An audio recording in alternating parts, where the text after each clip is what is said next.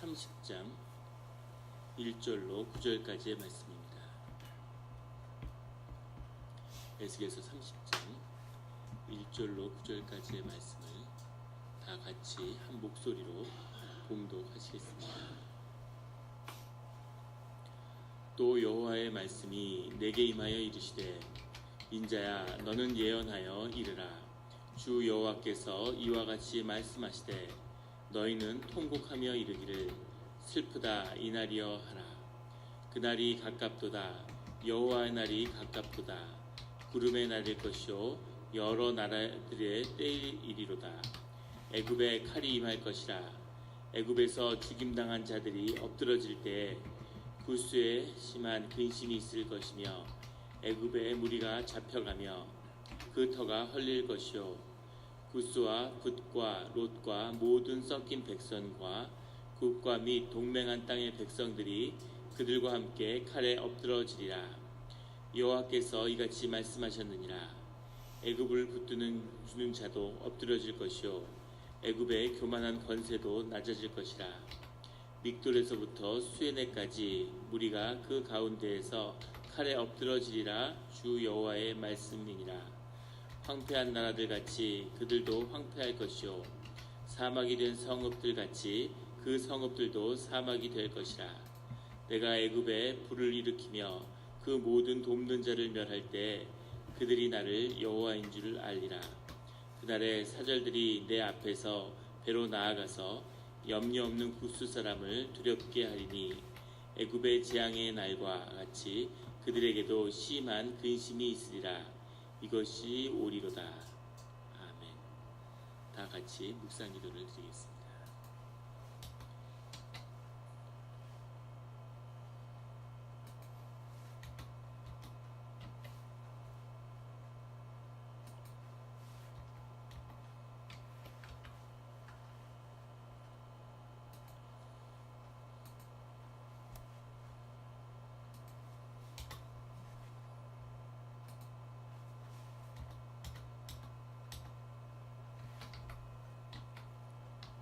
하나님 아버지 감사합니다. 주의 음성을 듣고자 저희가 새벽 제단 앞에 모였습니다. 우리 마음의 기도와 우리 마음의 묵상이 주님께 연락되기를 원합니다. 감사드리며 예수 그리스도의 이름으로 기도드렸습니다. 아멘. 오늘 에스겔서 30장 1절의 말씀은 이렇게 시작하고 있습니다. 또 여호와의 말씀이 내게 임하여 이르시되 인자야 너는 예언하여 이르라. 주 여호와께서 이와 같이 말씀하시되 너희는 통곡하며 이르기를 슬프다 이날이여 하라. 주님이 애굽의 마지막 때를 말씀하고 계십니다. 아직 애굽이 망할 때까지는 애굽이 망하는 것도 아니죠. 정확히 얘기하면 느부갓네살의 침략을 받기까지는 한 16여 년이 남아있고 또 그 뒤로도 애굽의 번영과 물질적 풍족이 계속되지만 하지만 어제 말씀에 나눴던 것처럼 더 이상 애굽은 주위의 나라를 다스리고 근동아시아에 영향력을 행사하는 이제 그런 나라의 운명은 끝이 났다라고 주님이 말씀하시는 거죠. 너희는 통곡하며 이르기를 슬프다 이 날이여 하라. 이 날은 이 말씀이 선포된 날은 또 주님의 뜻이 이 땅에 나타난 날, 이 날은 애굽이 심히 통곡하여야 할 그런 날이 될 거라는 겁니다. 그런데 그 날은 3절에 나오는 그날이 가깝도다. 여호와의 날이 가깝도다. 구름의 날일 것이요 여러 나라들의 때이리로다. 여호와의 날이고 구름의 날이고 여러 나라들의 때다. 이 날은 구체적으로 애굽이 침공을 받는 침략을 받는 그런 날이지만 동시에 이것은 영적으로는 주님의 날이고 이것은 계시적으로는 마지막 때이고 주님이 그 영을 다루는 그런 날이 될 거라고 주님이 말씀하고 계시는 거죠. 구름의 날이라는 것은 재난의 날인데 이것이 특별히 애굽에 대해서 말씀하실 때 더 의미 있는 것은 애굽은 태양신을 섬기는 날이었다는 겁니다. 태양이 늘 떠오르고 태양신의 보호하심을 받는 그런 애굽인데 그 태양을 가리는 구름의 날, 재난의 날이 될 거라는 거죠. 그리고 애굽이란 나라는 단순한 한 나라가 아니라 수많은 나라가 묶여있는 그런 권세를 가진 나라입니다. 5절에 나오는 구스와 붓과 룩과 모든 섞인 백성과 국과 붓이 누구고 룻이 누구냐, 어떤 민족이냐에 대해서 여러 논란이 있습니다. 팔레스타인에서 온 사람이다. 또는 바사에 뭐 기마 민족들이 와서 애굽에 용병을 했다. 근데 중요한 것은 애굽이 수많은 경제의 중심지니까 세상에 수많은 사람들이 와 있고, 그리고 용병을 써서 부가 있으니까 군대들 용병을 써 수많은 용병의 군대들이 와 있다는 거죠. 맘루크라고 하는, 지금 애굽의 사람들을 보면 애굽 사람들이 이제 거의 백인에 가깝죠. 거의 백인입니다. 그런 백인에 가깝다고 봐야 되는데, 원래는 애굽 사람들의 피부가 검었다고 그러죠. 역사적 기록도 보고. 그런데 우리가 기억하는 미국의 역사에서는 아프리카에서 흑인 노예들을 미국이 이제 끌어왔는데, 백인들이 흑인 노예를 불러다 썼는데, 이 고대에는 애굽의 흑인들이 유럽의 백인 노예들을 붙들어다가 노예로 부린 거죠. 용병으로 부리고 노예로 부렸는데, 그 사람들을 맘누크라고 불렀는데, 그 백인 노예들의 피가 이제 흑인들하고 계속 섞이면서 거의 지금 애굽 사람들은 이제 백인처럼 모습이 바뀐 거죠. 그래서 그런 역사가 있는데, 이런 중근동 아시아에 있는 모든 사람들 일자리를 찾아서 오고, 우리가 창세기 보면 아브라함도 기근이 들고 먹을 게 없으니까 애굽으로 내려가죠. 이삭도 또 그렇게 내려가고, 그런 모습이 나오는 것처럼 이 풍요의 땅에 먹고 살기 위해서, 또 일자리를 얻기 위해서 용병으로 모든 사람들이 이 애굽에 와 있는데, 이 묶여있는 애굽의 날, 이 모든 나라들이 같이 재난을 겪게 될 거다라고 주님이 말씀하고 계십니다. 단순히 애굽만이 아니라 이 불의한 공의로 주님이 임할 때 모든 나라가 재앙을 받는 때가 이때라고 주님이 말씀하고 계시는 거죠. 늘 여호와의 날에 은혜와 구원을 경험하는 그런 우리 성도님들이 되시기를 주의 이름으로 축원합니다. 4절에 애굽에 칼이 임할 것이라. 애굽에서 죽임당한 자들이 엎드러질 때 구스에 심한 근심이 있을 것이며, 애굽의 무리가 잡혀가며 그 터가 헐릴 것이요. 구스는 우리가 잘 알고 있는 것처럼 에티오피아죠. 에티오피아도 애굽의 남쪽으로 국경을 맞대고 있는데, 사실은 뭐 독립국가이지만 애굽의 절대적인 영향 아래 있고, 마치 오늘날 네팔이 이 인도가 없으면 네팔이 존재할 수 없는 것처럼, 그리고 베트남이 없으면 뭐 라오스라는 것이 아무 의미가 없는 것처럼, 이 구스도 애굽을 통해서 이제 먹고 사는 나라죠. 거의 이제 식민지 비슷한 그런 영향 아래 있는데, 구스가 근심에 휩싸이는, 그리고 그 애굽에 살아갔던 그 터전이 헐릴 것이라는 거죠. 이 터가 헐린다고 하는 그 의미는 겉으로 보는 경제적인 어려움을 상징하는 것일 수 있지만, 재난도 영적으로 애굽이 뿌리내리고 서 있었던 그 기반이 이제 완전히 허물어진다, 그런 말씀을 주님이 하고 계시는 겁니다. 5절에 구스와 북과 룻과 모든 백성과 굽이 무너지는 그때에 아주 중요한 한 가지 역사가 이 안에 같이 있는데, 그것은 알렉산드리아로 피난했던 예루살렘이 망할 때, 또 망하기 그 전에 첫 번째 여호와의 김이 바빌론으로 왕이 끌려갈 때 에스겔이 같이, 그 뒤로 예루살렘이 망하기 전까지 그 시기에 예루살렘에 권세 있는 자들과 돈 있는 자들과 부유한 모든 자들이 전부 다 애굽으로 피난을 갔다는 겁니다.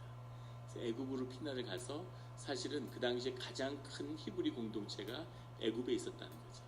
근데 주님이 이사야를 통해서도 말씀하신 것처럼 그 사람들은 결코 예루살렘으로 돌아올 수 없다고 얘기했는데, 실제 아무도 돌아오지 못했습니다.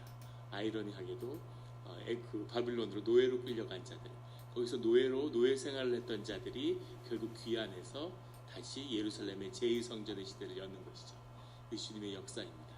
주님의 이름으로 고난을 겪는 자들이 주님이 인도하시는 역사의 주인이 되는 거죠. 그것을 피해서 삶을 도모하고, 이렇게 하면 살겠지, 저렇게 하면 살겠지, 내가 알렉산드리아에 집도 사놨는데, 밭도 사놨는데, 멋있는 마차도 사놨는데, 이런 사람들은 애굽의 이 혼란과 시련 가운데서 전부 다 휩쓸려서 사라져버리고 마는 거죠. 늘 주님의 역사 가운데 그 중심에 있는 그 의미를 몸으로 살아내는 우리 성도님들이 되시기를 주의 이름으로 축원합니다. 6절에 여호와께서 이같이 말씀하셨느니라. 애굽을 붙들어주는 자도 엎드러질 것이요 애굽의 교만한 권세도 낮아질 것이라. 애굽을 움직이고 있는, 애굽이 이 근동아시아 역사를 뒤흔드는 그 권세가 있는데, 그 권세가 꺾이고 그 뒤에 그 애굽을 붙들어주는 자, 그 우상과 신상과 그 힘을 불어넣었던 모든 영적 권세도 이제 꺾이게 된다는 그런 말씀입니다. 전쟁과 전쟁이 일어나고 민족과 민족이 대결하고 또 어떤 지역에서 한 민족이 일어나는 모든 곳에는 뒤에는 영적인 권세가 있죠. 그 영적 권세가 있기 때문에 힘을 받고 움직이는 겁니다. 구술하고 점을 치고 그런 것들이 항상 맹위를 떨치는 이유는 특별히 사업을 하는 분들은 그런 걸 느끼실 거예요. 사업하는 분들은 그런 고백들을 하시죠. 사업이 될 때에는 불같이 일어난다는 거죠. 어떤 시련이 있고 뭐 사기가 있고 무슨 불이 나고 무슨 일이 있어도 불같이 일어난다는 거죠. 꺾일 때는 아무 이유도 없고 큰 재난이 없는데도 그냥 사그러진다는 거예요. 항상 두려움이 있고 항상 떨리는 마음이 있는 거죠. 사업하는 사람들이 굉장히 뭐 그런 점치고 이런 것에 굿하고 이런 것에 예민한 그런 모습을 봤습니다. 한국의 그 거대 기업이죠. 한국 세 번째로 큰 재벌 기업인데 지난 정권에서 횡령, 배임 이런 혐의로 총수가 감옥에 가 있었습니다. 회사 돈을 빼다가 주식을 운영하다가 이제 그것이 횡령이 된 거죠. 그 사람이 인터뷰를 하고 뭐 이러는데 그 와중에서 굉장히 그 화제가 된 사건이 있었는데 그 그룹에 고문으로 올라 있는 또는 부회장으로 직함이 있었던 사람이 사실 우리나라 유명한 무속인이라는 거죠. 그 사람에게 그 그룹이 10여 년간 복비로 제공한 돈이 2천억이 넘는다는 겁니다. 근데 그것을 정부가 과세를 한 거죠. 과세를 하면 한 절반은 가져가게 되는 거죠. 증여로 보는 거죠. 근데 이 사람이 행정소송을 내서 이것은 복비인데 한 번도 해방 이후 복비에 과세한 적이 없다는 거예요. 그래서 이것은 부당하다. 액수가 클 뿐이지 어떻게 복비에 과세를 하느냐. 이래서 재판을 해서 이 사람이 이겼습니다. 또 어떻게 복비를 2천 몇백억을 줬을까? 믿어지지가 않는 거죠. 하지만 왜 줬겠습니까? 기업하는 사람들이 그 이상의 이문을 이 사람이 줬겠죠. 이 사람이 화제가 된 건 이 대규모의 횡령과 투자도 이 사람이 이렇게 하라고 얘기를 해줬다는 거예요. 그래서 예전에 그걸 계속해서 많은 돈을 벌었겠죠. 번 돈이 많이 있으니까 그런 복비를 줬겠죠. 그래서 그런 흥황함의 속에는 뭔가 악하든 좋던 권세가 있다는 겁니다. 그 영적인 힘이 있기 때문에 그게 움직여지는 거죠. 삶도 그렇죠. 기운이 뻗쳐야 되는 거죠. 예전에 우리 섬기던 교회에 한 집사님이 있었는데 탁구 국가대표 선수예요. 예전에도 한두 번 나눴던 것 같은데 탁구 국가대표 선수 출신이신데 탁구 국가대표를 한다는 게 어느 정도 탁구를 잘 치는 걸까 감이 없는 거죠. 근데 우리 같은 교회에 고등학교 때까지 선수 출신을 했던 남자 집사님이 계십니다. 사회인 체육이 있는데 1부 리그부터 4부 리그까지 있는데 선수 출신들은 1부 리그에서 뛰어요. 1부 리그에서도 우승도 하고 이런 분이죠.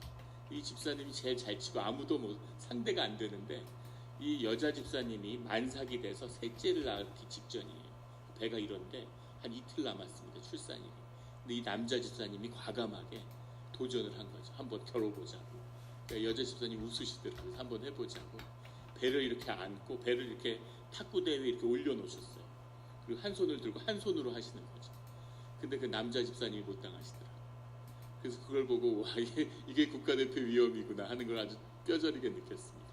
그분이 자신의 선수 생활을 얘기하는데 선수 생활을 할 때 국가대표가 무적이었다는 거죠. 그런데 20대 어느 날 선수권 대회에 이렇게 나갔는데 한 고등학교 여자애가 있는데 소리를 픽픽 지르는데 소리를 지를 때마다 소름이 끼치고 무릎에 힘이 풀리더라는 거예요. 근데 그 순간 알았다는 거예요. 내 시대가 끝났구나. 내 시대가 끝났구나. 이제 새로운 시대가 열렸구나 하는 걸 알고 이제 물러날 때가 됐구나 하는 걸 그 소리를 듣고 알았답니다. 그게 현정화의 출연인데 현정화가 뭐 세계 랭킹 1위도 하고 세계 선수권에 등장했죠.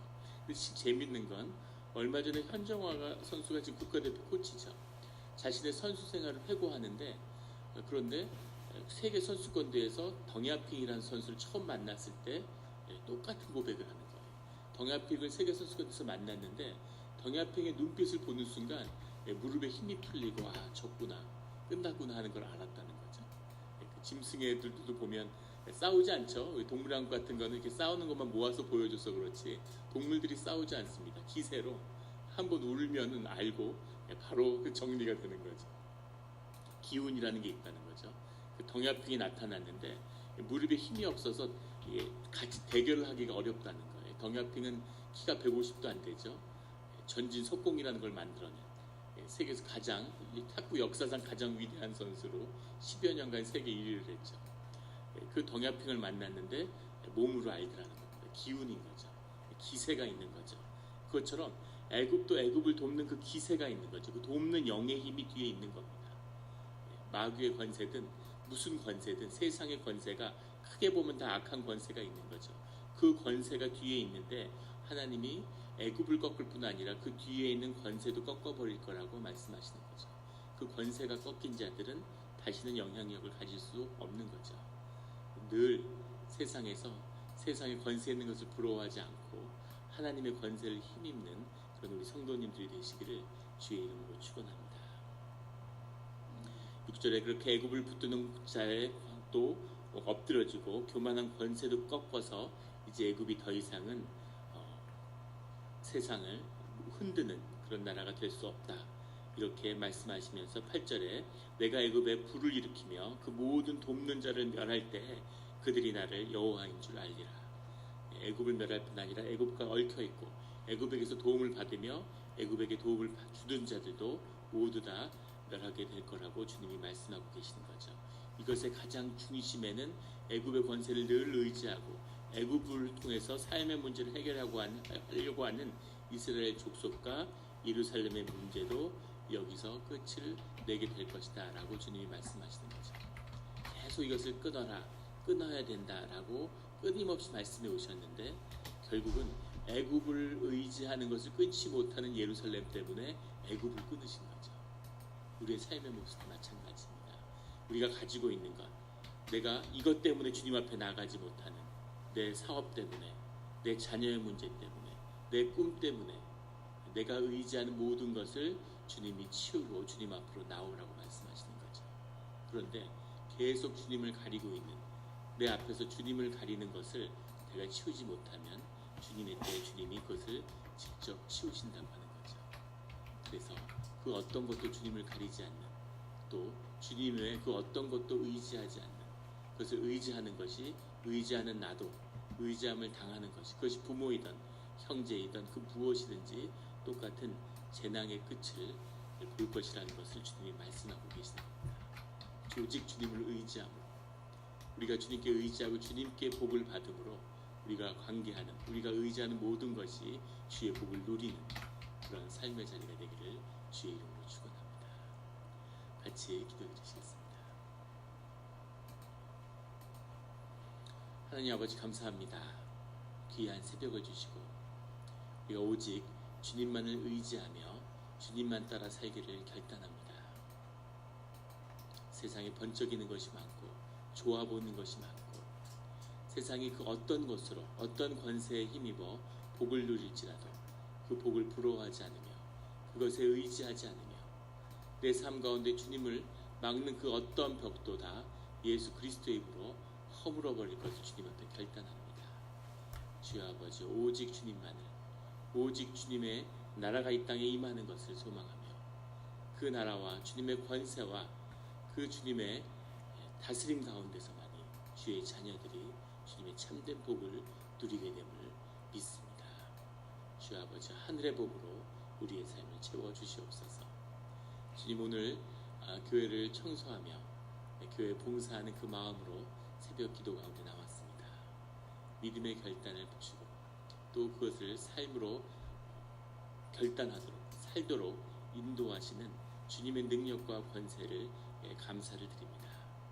특별한 날이오니 하나님, 하늘의 기쁨과 하늘의 연합을 허락하여 주시고 무슨 일을 하던 성도가 함께하는 삶이 축복임을 경험하는 그런 지락의 시간이 되게 하여 주시옵소서. 주님 감사드리며 예수 그리스도의 이름으로 기도드렸습니다.